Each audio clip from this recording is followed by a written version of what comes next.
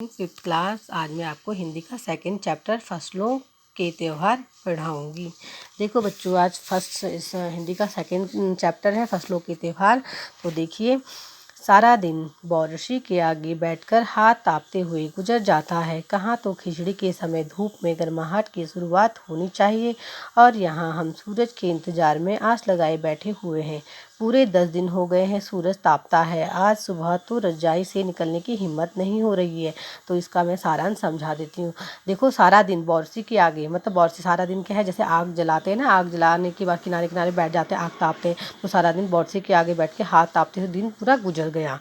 ठीक है, कहाँ तो खिचड़ी के समय, मतलब खिचड़ी जब मकर संक्रांति का त्यौहार आता है, मकर संक्रांति के त्यौहार का समय है, तो उस समय धूप में गर्माहट शुरू हो जाती है। ठीक है, और सूरज गर्मी आने लग जाती है। और यहाँ हम सूरज का वहाँ क्या कर रहे हैं, वो सूरज लेखक बोल रहा है कि हम तो यहाँ सूरज का इंतजार कर रहे हैं।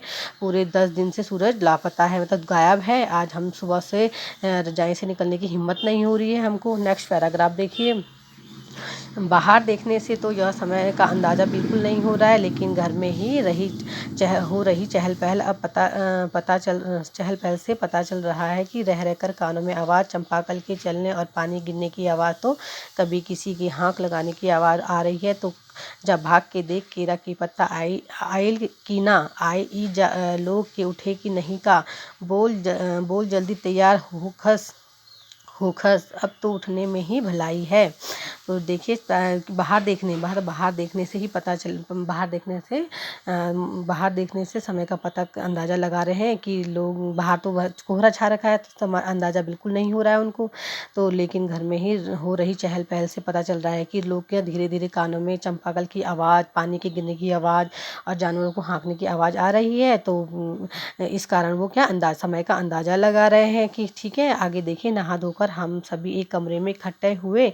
दादा और चाचा ने क्या सफ़ेद चकाचक मान लगी धोती और कुर्ता पहना हुआ है। खिचड़ी में ऐसन ठाड़ हम पहले कबो ना देखे नी, सारा देह कनकना देता। पापा ने कहा शायद आज धोती में उन्हें ठंड कुछ ज़्यादा लग रही है। तो क्या करा, सबने नहा धोकर सब कमरे में इकट्ठा हो गए। और दादा चाचा ने क्या सफ़ेद चकाचक क्या मान की धोती पहन रखी थी।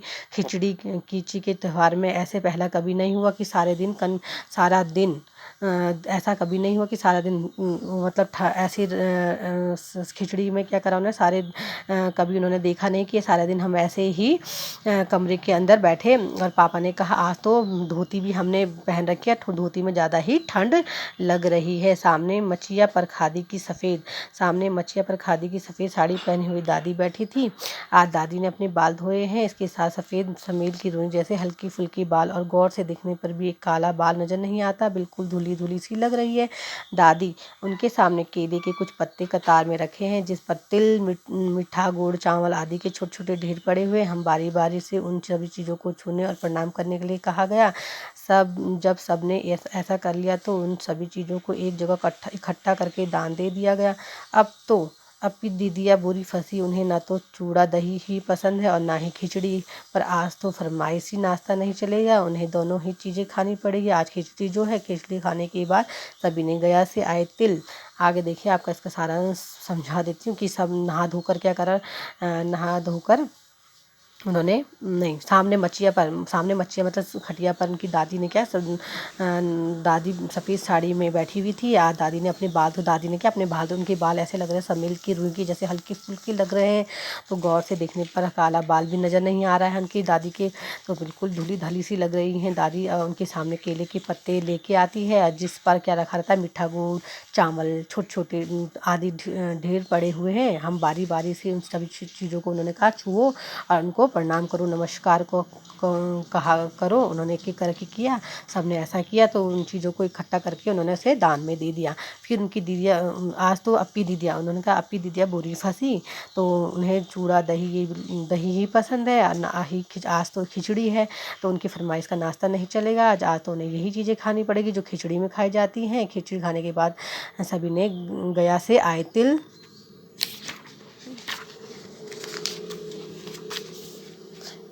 आए तिल, गुड़ और चीनी के तिलकुट को बड़े चाव से खाया। खाते खाते मैं सोच रही थी कितना अलग है ना खिचड़ी जो अभी भी हम मान रहे हैं। स्कूल में हम जो खिचड़ी मानते थे उसकी अलग ही मस्ती हुआ करती थी। छुट्टी का दिन नाव में बैठकर गंगा नदी की सैर और फिर टापू पर बालू में दौड़ते हुए पतंग उड़ाना या उड़ाने की कोशिश करना कितना मज़ा आता था। इधर हम पतंग उड़ाते थे और वहीं थोड़ी दूर पर गुरजी, विमला, दीदा, आनंद जी, झिलमिट भैया और सब मिलकर ईंट से बने चूल्हे पर बड़े बड़े कढ़ाओं पर खिचड़ी बनाते थे।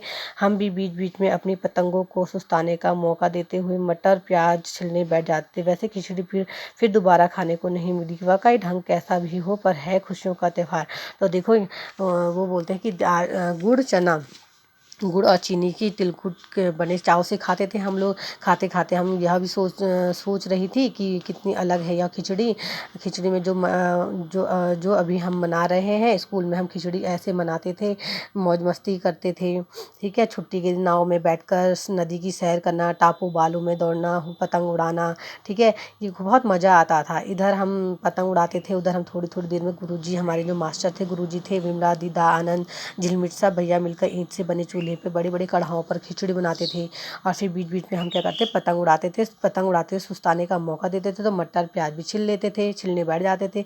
वैसे ही खिचड़ी दोबारा खाने को नहीं मिली। वाकई ढंग कैसा भी हो पर खुशियों का त्योहार था। जनवरी माह के मध्य में भारत के लगभग सभी प्रांतों में फसलों से जुड़ा कोई ना कोई त्योहार मनाया जाता है। कोई फसलों के त्योहार हो जाने पर खुशी बांटता है तो कुछ लोग इस उम्मीद में खुश होते हैं कि अब पाला कम होगा। सूरज की गर्मी बढ़ने से खेतों में बड़ी खड़ी फसल तेजी से बढ़ेगी। सभी प्रांतों और इलाकों का अपना रंग और अपना ढंग नजर आता है। इस दिन सब लोग अच्छी पैदावार की उम्मीद और फसलों के घर में आने की खुशी का इजहार करते हैं। उत्तर प्रदेश, बिहार, मध्य प्रदेश में मकर संक्रांति या तिल संक्रांत, असम में बिहू, केरल में ओणम, तमिलनाडु में पोंगल, पंजाब में लोहड़ी, झारखंड में सरहुल, गुजरात में पतंग का पर्व सभी खेती और फसलों से जुड़े त्योहार हैं। इन्हें जनवरी से के मध्य अप्रैल तक अलग अलग समय तक मनाया जाता है। झारखंड में सरहुल बड़ी जोशो खरूश के साथ मनाया जाता है। 4 दिनों तक इसका जश्न चलता है। तो जनवरी माह के मध्य में लगभग भारत के अनेक प्रांतों में ये फसलों से जुड़े कोई ना कोई त्यौहार मनाए जाते हैं। ठीक है, कई फसलों के तैयार हो जाने पर खुशी बांटता है तो कुछ लोग इस उम्मीद में खुश होते हैं कि अब पाला कम पड़ेगा, सूरज की गर्मी बढ़ने में खेतों में फसल भी अच्छी बढ़ेगी। सभी प्रांतों और इलाकों में अपना रंग और अपना ढंग नजर आता है। इस दिन से लोग क्या करते हैं, प्रदेश में अच्छी पैदावार उम्मीद होती है। फसलों के आने से खुशी का इजहार होता है। उत्तर प्रदेश, मध्य प्रदेश में मकर संक्रांति के तिल संक्रांति, असम में बिहू, केरल में ओणम, तमिलनाडु में पोंगल, पंजाब में लोहड़ी, झारखंड में सरहुल, गुजरात में पतंग का पर्व भी सभी खेती और फसलों से जुड़े त्योहार हैं। इन जनवरी के मध्य में अप्रैल तक अलग अलग समय से मनाया जाता है। झारखंड में सरहुल बड़े जोशों के साथ मनाया जाता है। 4 दिनों तक यह जश्न चलता है।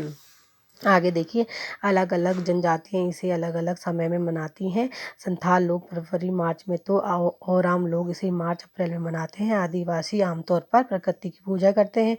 सरहुल के दिन विशेष रूप में साल के पेड़ की पूजा की जाती है। यही समय है जब साल के पेड़ों में फूल आने लगते हैं और मौसम बहुत ही खुशनुमा हो जाता है। स्त्री पुरुष दोनों ही ढोल मंजारे लेकर रात भर नाचते गाते हैं। चारों ओर फैली हुई छोटी छोटी घाटियाँ, लंबे लंबे साल के वृक्षों का जंगल और वहीं आसपास बसे छोटे छोटे गांव लिपे पुते करीने से बुहारे और सजाए गए अपने घरों के सामने लोग एक पंक्ति में कमर में बाहें डालकर नृत्य करते हैं। अगले दिन वे नृत्य करते हुए घर जाते हैं और फूलों के पौधे लगाते हैं। घर घर से चंदा मांगने की भी प्रथा है, पर चंदे में मालूम है क्या मांगते हैं? मुर्गा, चावल और मिर्ची। फिर चलता है खाने पीने के खेलों का दौर।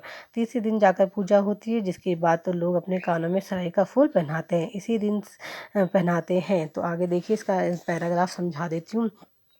अलग अलग जनजातियों के लोग होते हैं, अलग अलग समय पर मनाते हैं इस त्यौहार को। संथाल लोग फरवरी मार्च में और अब लोग इसे मार्च अप्रैल में मनाते हैं। आदिवासी आमतौर पर प्रकृति की पूजा, पेड़ पौधों की पूजा करते हैं। सरहुल के दिन विशेष रूप में साल के पेड़ों की पूजा की जाती है। वही समय है जो साल के पेड़ों में क्या आते हैं, फूल लगते हैं। मौसम बहुत खुशनुमा, बहुत अच्छा लगता है। स्त्री पुरुष दोनों ढोल मंजारे ढोल मंजारे लेकर रात भर नाचते गाते और चारों तरफ फैली हुई छोटी छोटी घाटियाँ, लंबे लंबे साल, वृक्षों के जंगल आसमान बहुत सुंदर दिखाई देते हैं। दीपे पुते करीने से बुहारे सजाए गए घर में सामने पंक्ति में कमर में बाहें डालकर नाचते गाते हैं। अगले दिन वो क्या करते हैं, नृत्य करते घर घर में फूलों के पौधे लगाते हैं।